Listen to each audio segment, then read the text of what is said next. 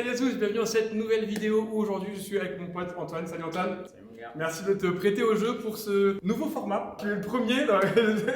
Nouveau pour moi aussi.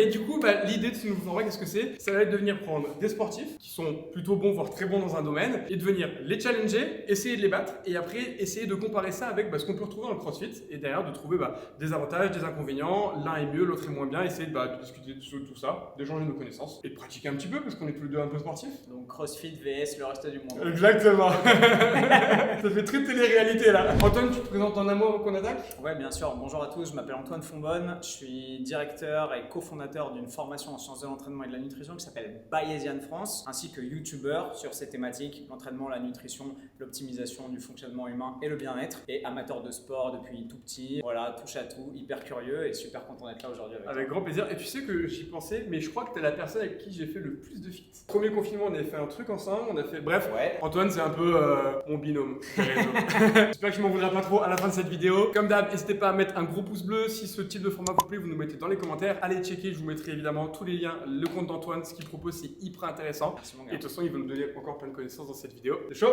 On est parti.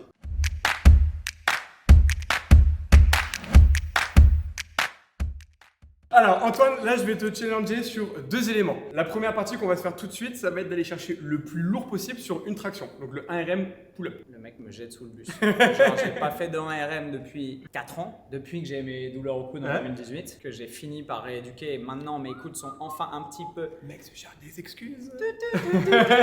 Ça va être l'occasion de voir si ma rééducation a été efficace ou pas. Exactement. Je n'ai pas fait sa rééducation, je ne suis pas responsable. Avant ça, on va quand même partir sur un échauffement. Un truc que je trouve important, c'est que souvent les gens, quand ils font des tractions, ils commencent très vite par des tractions, ce qui correspond globalement, sauf pour quelqu'un qui claque 50 tractions, mais en fait, a une grosse capacité de travail de l'épaule. Ouais, c'est une grosse intensité. Déjà. Exactement. Ouais. En fait, traction en poids du corps, moi qui ai un max à, je sais pas, une quinzaine de reps, en fait, c'est déjà énorme. Donc pensez à bien vous échauffer. On va vous montrer différents exercices. Moi, j'aime beaucoup les élastiques parce que la tension est variable et que ça permet de faire beaucoup de choses. On va vous montrer pas mal de petits trucs. Activer la coiffe de rotateur et travailler la mobilité parce que la traction demande beaucoup de flexion d'épaule.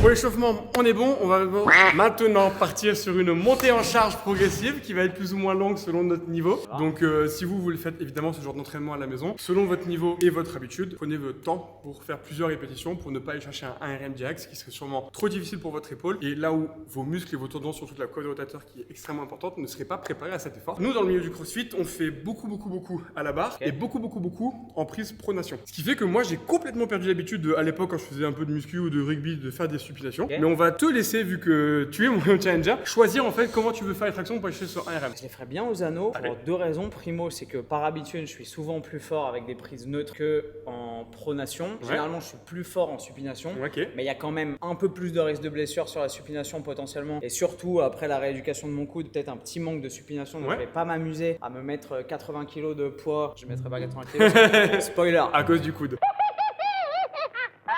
Tout simplement pas me pendre complet parce que je suppose qu'on va faire de l'amplitude parfaite. Donc je vais Full pas me mettre amplitude, bras exactement. tendu complètement au-dessus de la tête en supination. Et ça, c'est Pronation, extrêmement intéressant Ouais. dans le sens où quand vous avez une douleur ou une blessure, quelle que soit son ancienneté ou pas, n'hésitez pas à continuer de pratiquer dans des paramètres qui vous permettent de le faire. Si là aujourd'hui Antoine ne peut pas le faire en suppi, aucun problème, on va le changer comme tu le proposes, aux anneaux ou sur une prise neutre, etc. Et typiquement, les anneaux, puisqu'ils bougent, par définition, permettent d'avoir la prise qui est la moins douloureuse. Généralement, quand on a des problématiques de, par exemple, les gens qui ont des douleurs au développé couché, je dis ça sous ton contrôle de kiné évidemment, mais vous les passez sur des pompes lestées aux anneaux et les douleurs peuvent disparaître simplement avec cette modification-là. Moi je trouve que les anneaux aussi apportent un côté instabilité qui va être hyper intéressant. Donc si vous n'avez pas l'habitude, prenez le temps de maîtriser les anneaux parce que c'est un très bon outil. Et ce qui vous permet aussi d'avoir un meilleur ressenti si vous avez des différences gauche-droite. Pourquoi? Parce que lorsque vous êtes à la barre, globalement vous tirez et tout monte de la même manière. Alors que quand vous êtes aux anneaux, vous allez plus facilement pouvoir sentir est-ce qu'il y a un bras qui s'écarte, est-ce que les bras restent proches et à quel point est-ce que ça va tourner ou pas, selon mes restrictions mobilité ou mes forces. On est parti?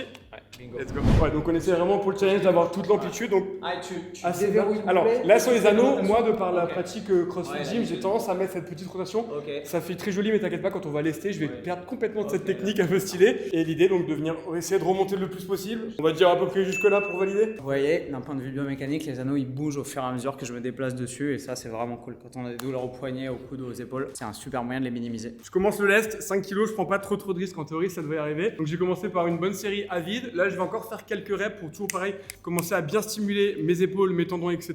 Puis en fait il y a une continuité de mon échauffement. Là je vais faire 3-4 reps. Le but c'est de pas me cramer non plus, mais quand même de préparer mes épaules à l'effort.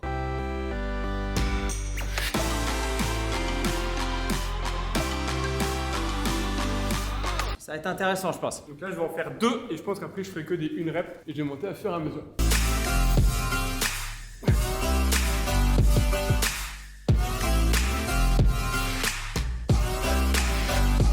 En termes d'exécution et de biomécanique, t'as l'impression qu'on s'incline pas de la même façon toi et moi? Alors, je sais pas, mais en tout cas, ce que je vois, et ça je le vois quoi qu'il arrive en fait avec la fatigue qui va s'installer, c'est qu'au lieu d'avoir des tractions qui vont être très verticales, Tu vas aller t'incliner pour aller exactement, chercher un on peu va plus chercher de en trapèze fait. et un peu moins de dorsal. Exactement, en fait tu changes ton engagement musculaire, mais ce qui est intéressant aussi c'est que tu changes la longueur du muscle qui va travailler, et tu le sais très bien aussi, c'est qu'un muscle peut être très fort dans une position et beaucoup moins. Globalement on dit que quand on le renforce par exemple en statique, c'est modulo 20 degrés. Et en fait le fait de passer de cette position où là tu as certains muscles qui sont en course interne et d'autres en course externe, donc soit très court soit très long, qui sont les deux positions de faiblesse, le fait de le mettre ici, tu les remets en position de course moyenne, où globalement tu retournes dans un élément de force. Comme les gens quand ils font du strict ici, avec la fatigue, ils font quoi? Ils se mettent là, en fait ils sont quasiment en train de faire du bench. Je voulais faire 15, je me chauffe, je fais 17,5. L'idée ça va être, et ça c'est important, quand vous faites une montée en charge comme ça, de ne pas faire trop de mouvements ou trop de barres quand c'est des barres, sinon vous allez vous cramer aussi bien musculairement mais aussi nerveusement. Et là plus on va monter lourd, plus le nerveux va être important. La question c'est est-ce que je vais réussir à choper les anneaux sans me choper une couille? Allez, Combien tu pèses? À savoir que les gens vont dire ah ouais mais tu fais pas le même poids de corps. c'est vrai que j'ai pas pensé à ça, t'en penses C'est quoi? une question pertinente. Normalement on dit dans les séances d'entraînement qu'on soulève environ 93% de son poids de corps sur les tractions parce que forcément tu as une partie qui est une sorte de poids mort mais tu as également une partie agoniste et motrice. Donc après on peut faire un calcul de 93% de ton poids de corps plus le lest et 93% de mon poids de corps plus le lest et on peut faire Toi, tu pèses combien à peu près? 70. Je pense qu'à 25 je vais prendre un step. Oh, ça monte moins vite. Il faut se compliquer la vie aussi alors qu'on a des ceintures, du matos. Il n'y a qu'à s'asseoir tranquillement, faire ça, tac, hop là. C'est pas la même, c'est pas faire un échec sur la gamme montante. Allez mon gars. Allez. Yes. Je crois que la 32 Ah, je pensais pas qu'à 30 elle passerait.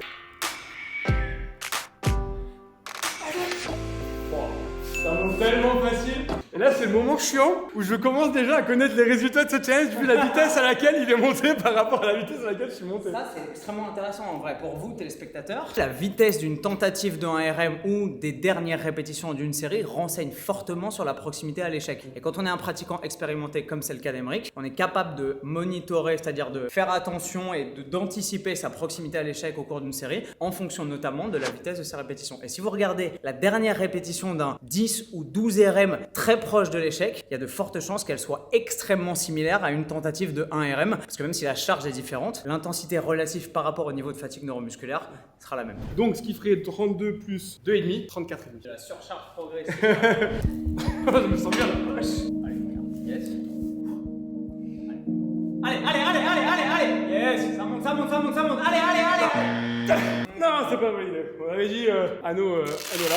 Bon voilà, on connaît mon max à 32. En vrai, il y a une vraie amplitude. T'as un peu de galère sur le verrouillage, mais c'est vraiment pour pinailler, c'est négligeable en vrai dans n'importe quel contexte sauf celui-là. Bien sûr. C'est une traction qui est valable pour l'hypertrophie, pour le développement de la force. Mais cela dit, Eric a raison, c'est extrêmement intéressant de pouvoir avoir une vraie standardisation de vos conditions d'entraînement et pas vous dire ah bah il y a 3 semaines je faisais des tractions à 20 kg, c'est génial, sauf que je touchais mes pecs en haut avec une vraie flexion de coude. Et maintenant, bon, je vais un peu moins haut, mais j'ai réussi à rajouter 5 kg. En fait, vous allez vous mentir à vous-même progressivement et tricher sur votre exécution Et c'est comme ça qu'on se retrouve avec des mecs qui font des quarts de squat à la Smith Machine et qui disent ouais bro je mets 180. Bah non, fais un squat avec un vrai alignement cul par terre avec éventuellement les hanches qui descendent sous l'articulation des genoux. Et tu verras que tu mettras pas 180. Et c'est là où ce qu'on dit tout à l'heure se retrouve tout à fait ici. C'est que moi aujourd'hui, si j'avais envie de progresser, je pourrais évidemment pratiquer plus, pratiquer en charge, mais je pourrais aussi venir me renforcer spécifiquement avec du travail par exemple statique à charge lourde, voire supramaximale. Parce qu'aujourd'hui, on a bien vu que je suis monté et ce qui m'a manqué, ça n'a pas été de là à là, ça a été ces derniers degrés d'amplitude. Donc en fait, c'est ici où il faut que je continue de me développer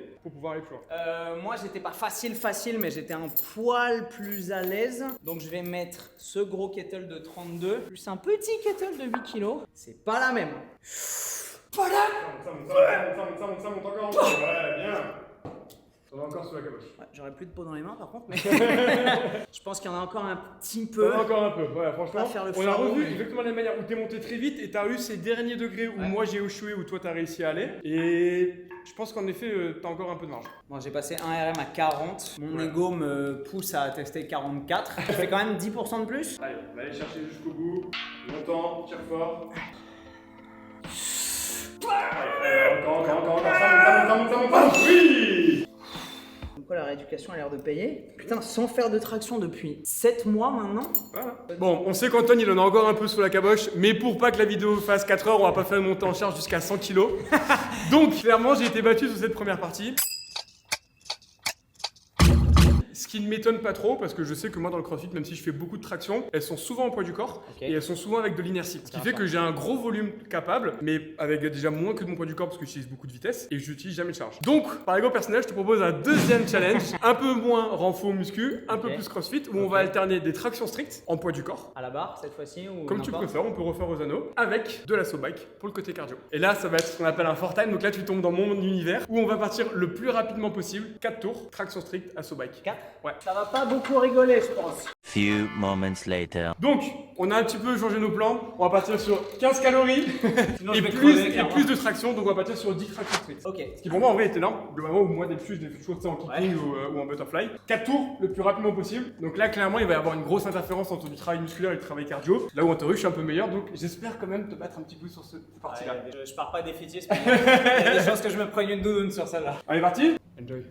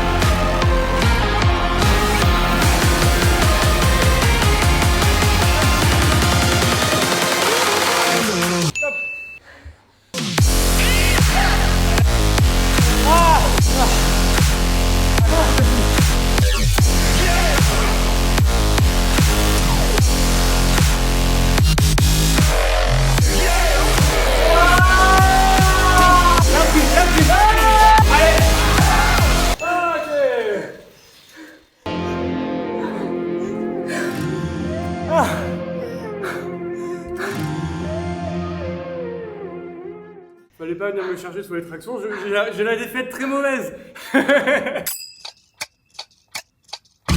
Bon, avec tout ça, j'ai même pas regardé le chrono qu'on avait fait, mais globalement, Antoine s'est bien battu.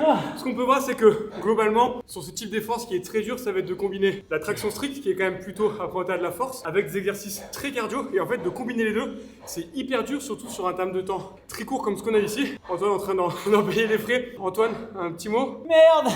C'est horrible, putain. J'étais dans le dur dès la fin du premier tour. Le assaut bike, c'est horrible. J'ai mal dans les quads, j'ai mal partout. Si vous avez jamais essayé ça, essayez l'assaut bike. Ah putain, il n'y a pas une position qui me soulage. En tout cas, j'espère que ce format vous a plu. Mettez un énorme pouce bleu pour soutenir Antoine qui s'est clairement donné pour tourner cette vidéo. Si vous avez des questions, posez-nous vos commentaires. Et une fois de plus, vu que c'était le premier épisode de ce nouveau format, dites-moi si vous a plu, ce que vous en avez pensé, si vous avez des questions. Et surtout, quel autre sport ou quel autre sportif peut venir défier, challenger pour confronter le CrossFit à d'autres sports et à d'autres compétitions. Mettez un cycliste.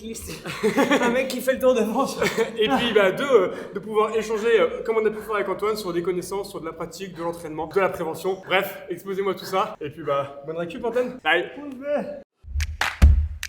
Putain, mais ça fait 5 minutes, je récupère pas du tout là. Ah. Oh, le sport de merde. J'aime bien ce sport. Ça va.